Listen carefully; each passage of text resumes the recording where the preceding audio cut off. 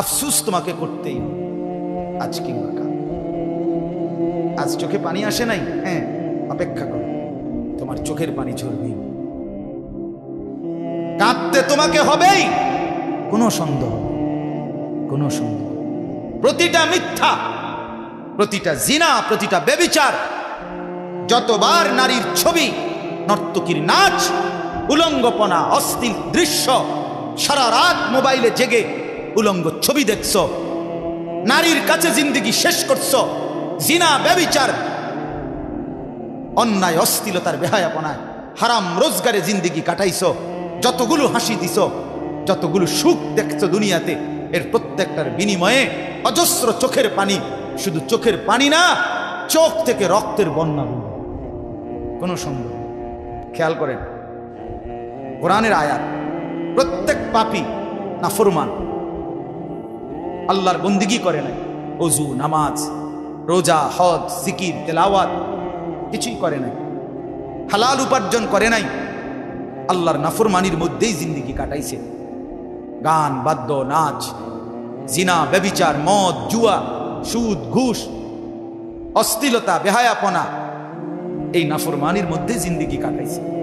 আল্লাহ তাআলা বলেন, এমন প্রতিটা নাফরমান যখন তার মৃত্যুর সময় আসবে, মালাকুল মউত আজরাইল যখন তার সামনে আসবে, দাঁড়াবে রুহু কবজ করার জন্য, আল্লাহ তাআলা নিজে বলেন, ক্বালা রব্বিরজিউন।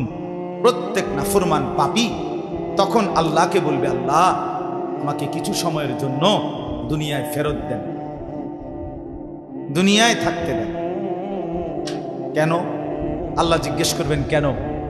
তো নাফরমান বলবে, লাআল্লি আ'মালু সালিহান ফীমা তারাকতু।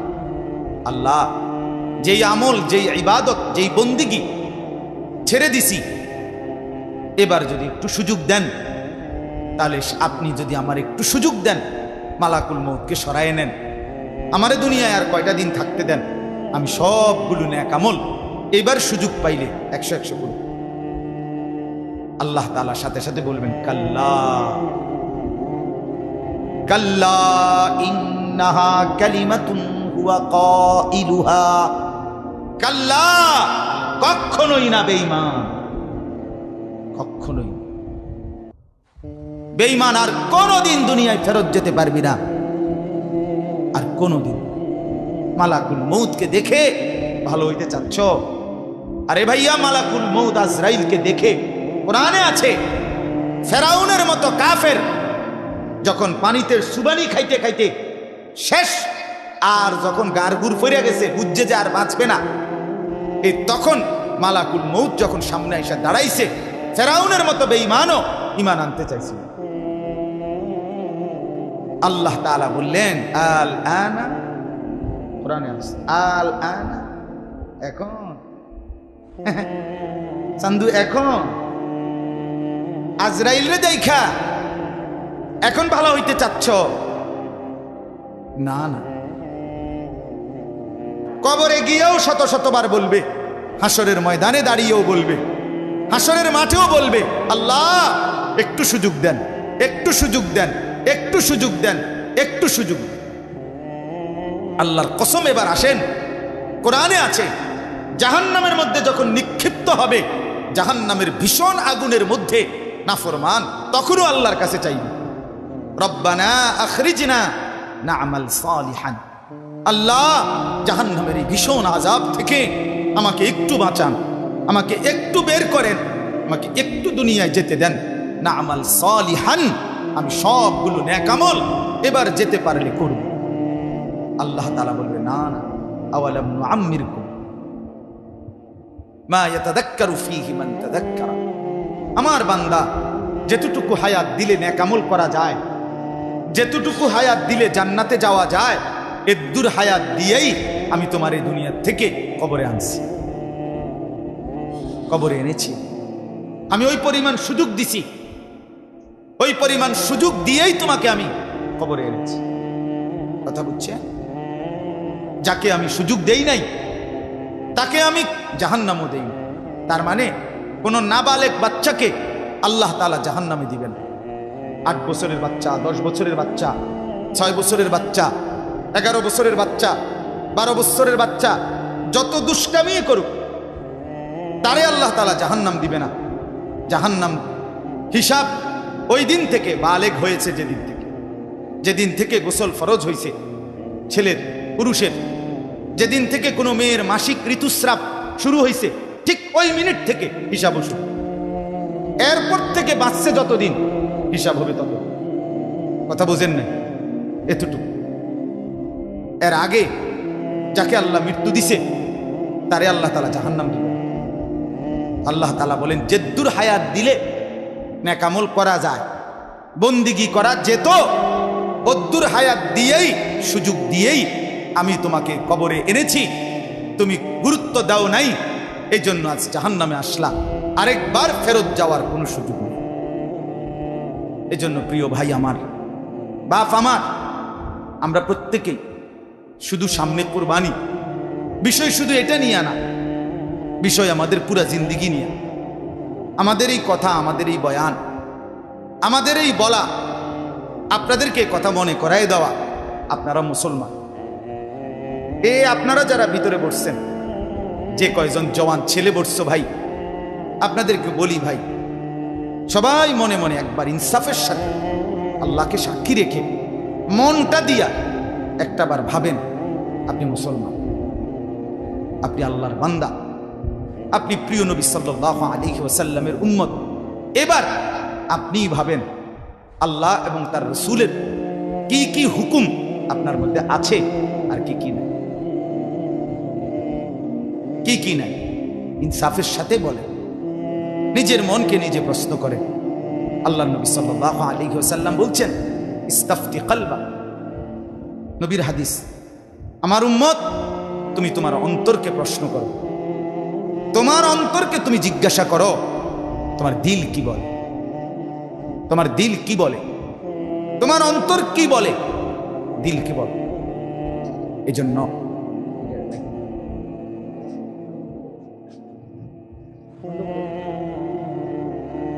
তো তুমি তোমার দিলকে প্রশ্ন করো, ইস্তাফতি কলবাক, তোমার অন্তরকে বলো, তোমার দিল কি বলে।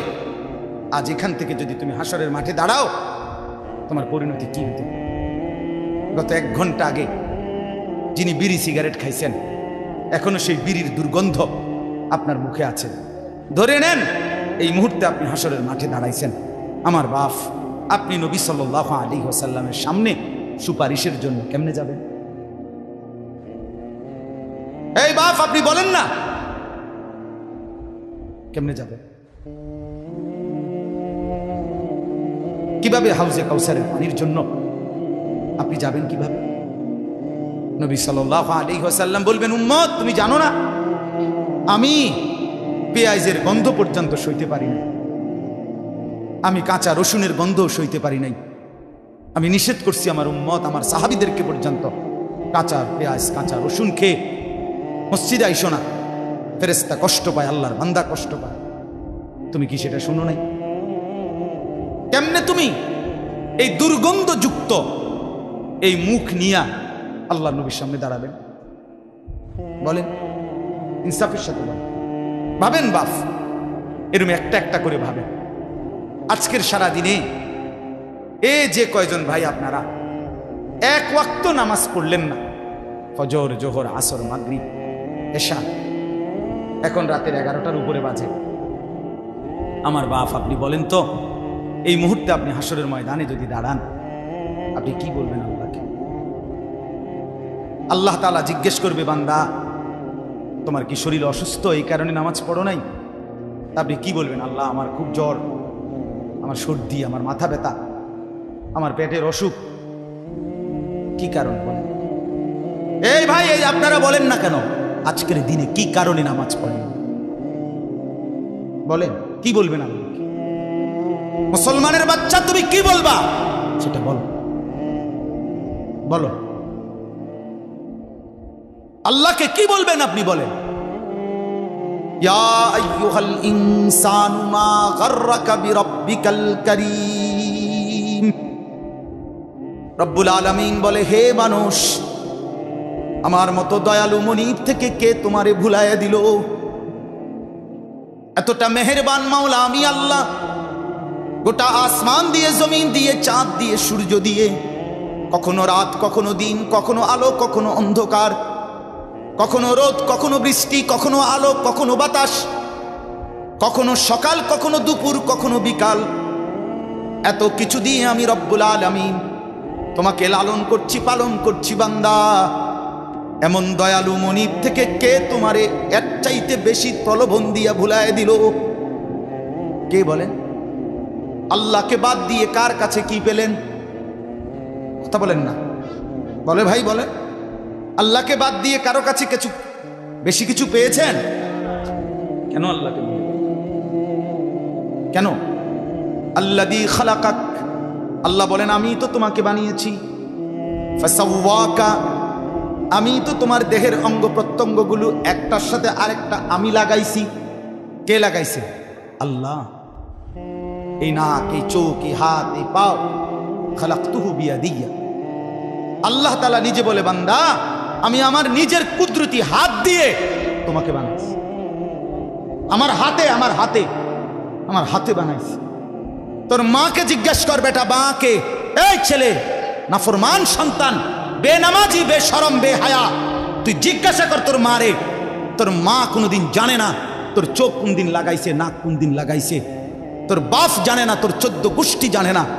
আসমানের রব আল্লাহ বলে, বান্দা তোর মা ঘুমাইছে রাতে, আমি রাত গভীরে দিনের আলোতে 9.5 মাস টানা তোরে আমি নিজ হাতে বানাইছি। আমি বানাইছি বেঈমান, আমি বানাইছি, আমি বানাইছিলাম। আমি হাত লাগাইছি, আমি নাক লাগাইছি, আমি চোখ লাগাইছি। বিনিময়ে আমি বুঝি একটা সেজদা পাই না? নাফরমান এই চোখ আমি দিয়েছি। এই চোখে কত উলঙ্গ ছবি দেখলি, কত নাচ দেখলি, কত জিনা দেখলি, কত ব্যভিচার দেখলি, কত অশ্লীল দৃশ্য দেখলি। বেঈমান, আল্লাহর কোরআন দেখলি না কেন? বলেন, কি জবাব দিবেন আল্লাহকে? এই মুসলমান, কিভাবে বলবেন? জিন্দিগি তামসা মনে করছেন? হ্যাঁ, জিন্দিগি মানে বনবিড়ি, জিন্দিগি মানে ফাঙ্গাস তেলাপিয়া, জিন্দিগি মানে ফুলকপি ফাতাকপি, জিন্দিগি মানে চা বিস্কিট, জিন্দিগি মানে গপসপ, জিন্দিগি মানে নাচ গান, জিন্দিগি মানে জিনা ব্যভিচার, জিন্দিগি মানে অস্থির ছবি, গান, বাদ্য। এই তো জীবন? তো জানোয়ারের জীবন, এ তো হাইওয়ানের জীবন, এ তো কুত্তার জীবন। রাস্তার ওই কুকুরও তো বেটা খায়, ঘুমায়, পেশাব পায়খানা করে। তো তোমার জীবনও যদি শুধু খানা, ঘুম আর পেশাব পায়খানা হয়, মেরে মোহতারাম, আমার ভাই, আমার বাপ, আমার বন্ধু, রাস্তার ওই কুকুরের সাথে তোমার পার্থক্য কি? তুমি দাঁড়াইয়া বলো, ভিডিও করুক, তুমি কও, বুঝাইয়া। বেনামাজিরা বলো, বেহায়ারা বলো, ওই জানোয়ারের সাথে তফাৎ কি? কথা বলেন, বলো না ভাই। এই জন্য আপনি বলবেন হয়তো, হুজুর আইয়া বইছি বালার লেগেনি আম রেডি করলেন। ভাই তুমি আসছো দেখেই বলছি। আল্লাহ আনাইছেন, আল্লাহই বসাইছেন। আল্লাহ যেন চেয়েছেন, বান্দা দেখ না আমার কথা শুনে জিন্দিগিটা বদলানো যায় কিনা। এই জন্য আল্লাহ আনছেন, আল্লাহই বসাইছেন। নিজের উপরে কদর করেন। সারা পৃথিবীর কোনো উপকার না করলেও নিজের ক্ষতি করেন। এত বোকা মানুষ হয় না রে ভাই। এতবার শুনছেন, এতগুলো নাফরমানির পরে জাহান্নামের আগুনে জ্বলতে হবে, কবরের আযাব ভোগ করতে হবে। এতগুলো কথা, এত নবীদের কথা, রাসূলদের কথা, সাহাবীদের কথা, আল্লাহর কোরআনের কথা, এত লক্ষ উলামাদের কথা, 1450 বছর ধরে যে কথা চলতেছে, এ কথা কি অযৌক্তিক, অবাস্তব মনে হয়? কথা বলেন না? তাইলে এতবার শুনবার পরে কেমনে প্রত্যাখ্যান করে? কেন একবারও, এই যে যুবক ভাইরা, বাবারা, আপনাদের কাছেও বলি, জীবনের এই লম্বা হায়াতে কেন একবারও মনে হলো না যে আমার রসুল সাল্লাল্লাহু আলাইহি ওয়াসাল্লাম, ওনার চুল মুবারক কেমন ছিল, ওনার চেহারা কেমন ছিল, কত জামা বদলাইলা, কত প্যান্ট বদলাইলেন, একবারও কেন ভাবলেন না আমার নবী সাল্লাল্লাহু আলাইহি ওয়াসাল্লাম কি পড়তেন? আপনি কেমনে নবীকে ভালোবাসেন, কিভাবে আল্লাহ নবী সাল্লাল্লাহু আলাইহি সাল্লামকে মহব্বত করেন বলেন না ভাই। জীবনে একবারও মনে হলো না, একবারও ভাবলেন না যে আমার নবী সাল্লাল্লাহু আলাইহি ওয়াসাল্লাম কিভাবে চুল রাখতেন? কেন মনে হলো না? কেন কেন দাড়ি কাটলেন? কেন এই শার্ট প্যান্ট এটাকেই জীবনের একমাত্র পোশাক বানায় নিলেন? রাসূলুল্লাহ সাল্লাল্লাহু আলাইহি ওয়াসাল্লামের কথা একবারও মনে হয় নাই? সাহাবায়ে কেরামের কথা একবারও মনে হয় নাই? আহা, আয় হায়, ভাবেও না, ভাবেও না। নির্দিষ্ট কিছু খাদ্য খাবার, জিলাপি, বিরিয়ানি, খিচুড়ি, হ্যাঁ, এটাই নবীর প্রেম না। আপনি আমার দলভুক্ত হইয়েন না। আপনারে আমি দলভুক্ত কোন, আমি এনে কোনো কর্মী বানানোর জন্য, সদস্য বানানোর জন্য আসি নাই, আমি কোনো ফর্ম নিয়ে আসি নাই। আপনি আমার দলভুক্ত হওয়ার দরকার নাই, কিন্তু আপনি ইনসাফের সাথে বলেন আল্লাহ নবী সাল্লাল্লাহু আলাইহি ওয়াসাল্লামের সাথে আমাদের সম্পর্ক জিলাপি, বিরিয়ানি আর খিচুড়ির মাধ্যমে নাকি ইত্তেবা, অনুসরণের মাধ্যমে? বলেন না। তো সেটা কখন শুরু করবেন? আগামী কোন বছর থেকে আপনি মেসওয়াক শুরু করবেন? এই মেসওয়াক করা কোন বছর থেকে শুরু করবেন আমারে বলেন। আল্লাহ নবী সাল্লাল্লাহু আলাইহি ওয়াসাল্লাম যেদিন ইন্তেকাল করে রবিউল আউয়াল মাসে সোমবার, আল্লাহর কসম, রব্বে কাবার কসম, বুখারী শরীফের হাদিস, নবীজির শেষ আমল এই পৃথিবী থেকে যাওয়ার সময় ইন্তেকালের পূর্ব মুহূর্তে নবী শেষ যেই কাজটা করতে করতে বিদায় নিছেন সেটা হলো নবী মিসওয়াক করছেন। বুখারীর হাদিস। কিরে ভাই, আমি ভাগাভাগি ফাটাফাটি বলার দরকার কি আমার? আমনে আমনের জায়গা থেকে আমল করেন না। আমনে আমার ফিসাবের মুরিদনের দরকার নেই। কথা বুঝেন নাই? আমনে আমার কাছে মুরিদনের দরকার নেই। আপনি আমনের জায়গাতে থাকেন, কিন্তু আপনি আগে এটা বলেন রাসূলুল্লাহ সাল্লাল্লাহু আলাইহি ওয়াসাল্লামের সুন্নাত কখন থেকে আমল করবেন, এটা বলেন। শুনুন, কোন দিন বলবেন? নবী সাল্লাল্লাহু আলাইহি ওয়াসাল্লাম মৃত্যু পর্যন্ত মিসওয়াক করছেন। নবী সাল্লাল্লাহু আলাইহি ওয়াসাল্লাম আজীবন দস্তরখানে সমান জায়গা বিছিয়ে খানা খাইছেন। সেটা আপনি কোন দিন? আপনি ডাইনিং টেবিল আর চেয়ার থেকে নামবেন কোন দিন বলেন? কোন দিন শুরু করবেন? এই জন্য দয়া করে বাপ প্রত্যেকের কাছে বলতে চাই এ কথা, আল্লাহ নবী সাল্লাল্লাহু আলাইহি সাল্লামের চুল মুবারকের মতো চুল রাখবেন কোন দিন? নবী সাল্লাল্লাহু আলাইহি সাল্লামের মতো চেহারা বানাবেন কোন দিন? নবী সাল্লাল্লাহু আলাইহি সাল্লামের মতো পোশাক, সাহাবীদের মতো পোশাক পরবেন কোন দিন? নবী সাল্লাল্লাহু আলাইহি সাল্লাম যেভাবে ঘুমাতেন সেই ঘুমাবেন কোন দিন? নবী সাল্লাল্লাহু আলাইহি ওয়াসাল্লাম যেভাবে স্ত্রী ছেলে মেয়ের সাথে সংসার করতেন সেটা করবেন কোন দিন? নবী সাল্লাল্লাহু আলাইহি সাল্লাম 5 ওয়াক্ত নামাজ পড়তেন, সেটা শুরু করবেন কোন দিন? নবী সাল্লাল্লাহু আলাইহি সাল্লামের স্ত্রী মেয়েরা শতভাগ পর্দা করতেন, সেটা আপনি শুরু করবেন কোন দিন? নবী সাল্লাল্লাহু আলাইহি সাল্লাম আজীবন হালাল খাইতেন, আপনি হালাল খাবেন কোন দিন? সুদ ছাড়বেন কোন দিন? ঘুষ ছাড়বেন কোন দিন? ওজনে কম দেওয়া ছাড়বেন কোন দিন? মিথ্যা বলা ছাড়বেন কোন দিন? নবী সাল্লাল্লাহু আলাইহি ওয়াসাল্লাম ভিন নারীর থেকে নিজেকে হেফাজত করতেন, আপনি নাচ দেখা, গান দেখা, সিনেমা দেখা, নর্তকী দেখা, নাটক দেখা, জিনা করা, ব্যভিচার করা, অসভ্যতা করা, এটা ছাড়বেন কোন দিন বলেন আমার? হ্যাঁ, নবীর ভালোবাসা মামুর বাড়ি, হ্যাঁ, আপনারা নানার বাড়ি আর মামুর বাড়ি, আপনি ডুল্লা ডুল্লা কইবেন আর নবীর ইশক মোহব্বতে আপনি বাইসা যাইবেন। চেহারায়, সুরতে, আমলে, আখলাকে জিন্দিগির কোথাও রাসূলুল্লাহ সাহাবীদের তরিকা থাকবে না। আপনি নবী প্রেমিক হবেন, এত বড় মিথ্যা নিজের জন্য ফয়সালা করেন। নিজের ব্যাপারে এত বড় ভুল করেন না বাপ, নিজের এত বড় ক্ষতি করেন না। অনুরোধ আমার ছেলেদেরকেও বলি, বাপ এই যৌবন, এই বয়স আল্লাহ তাআলা ইবাদতের জন্য দিয়েছেন। কোরআনুল কারীমে আল্লাহ তাআলা বলেন, সুম্মা নুখরিজুকুম তিফলান, আমি মানুষের সন্তানকে প্রথম মায়ের পেট থেকে বাচ্চা আকারে বের করি। সুম্মা লিতাবলুগু আশুদ্দাকুম, অতঃপর তার দেহে আমি আল্লাহ শক্তি দিতে থাকি।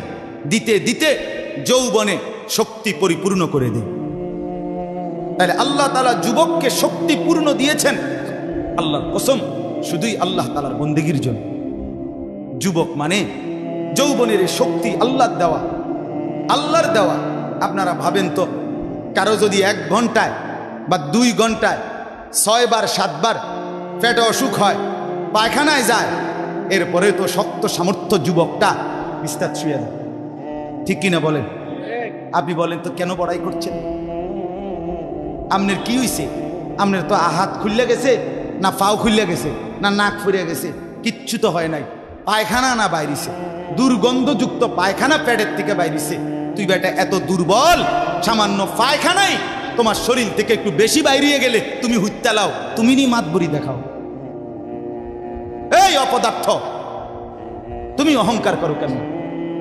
কথা বলেন, আমি বড়াই দেখাই কেমনে যে আমি সামান্য পায়খানা, এটার কাছে আমি এত দুর্বল? আমার কি বড়াই করা সাজে? তাহলে আমাদের প্রতি সেকেন্ডের সুস্থতা, আমাদের শক্তি সবল, এটা তো আল্লাহর দান। কার দেওয়া বলেন না? আল্লাহর দান।